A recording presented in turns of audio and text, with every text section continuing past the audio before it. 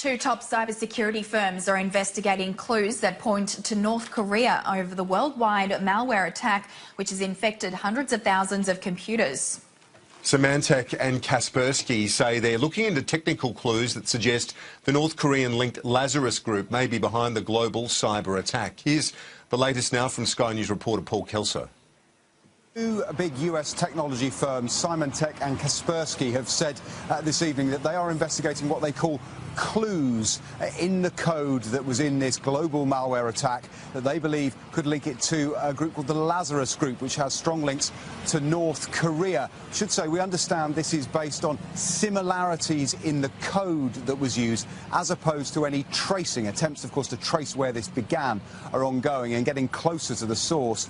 So it is perhaps a little early to attribute this to North Korea. The Lazarus Group has been linked to attacks on South Korean assets in the past. Also the Sony entertainment hack, you may recall lots of emails from the entertainment giant, and even a bank heist in Bangladesh, $81 million.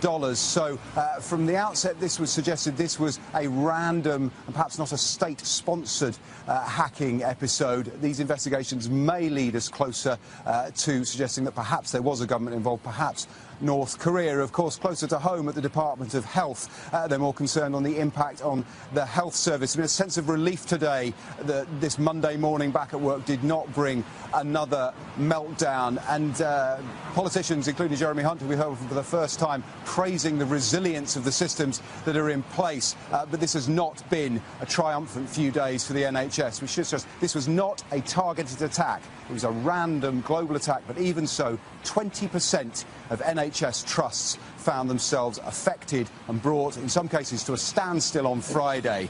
And that is, and we know that some of them may not have done all they could to have protected themselves. They may feel here this could have been worse. In future, I imagine they will want to do a great deal better to prevent a repeat.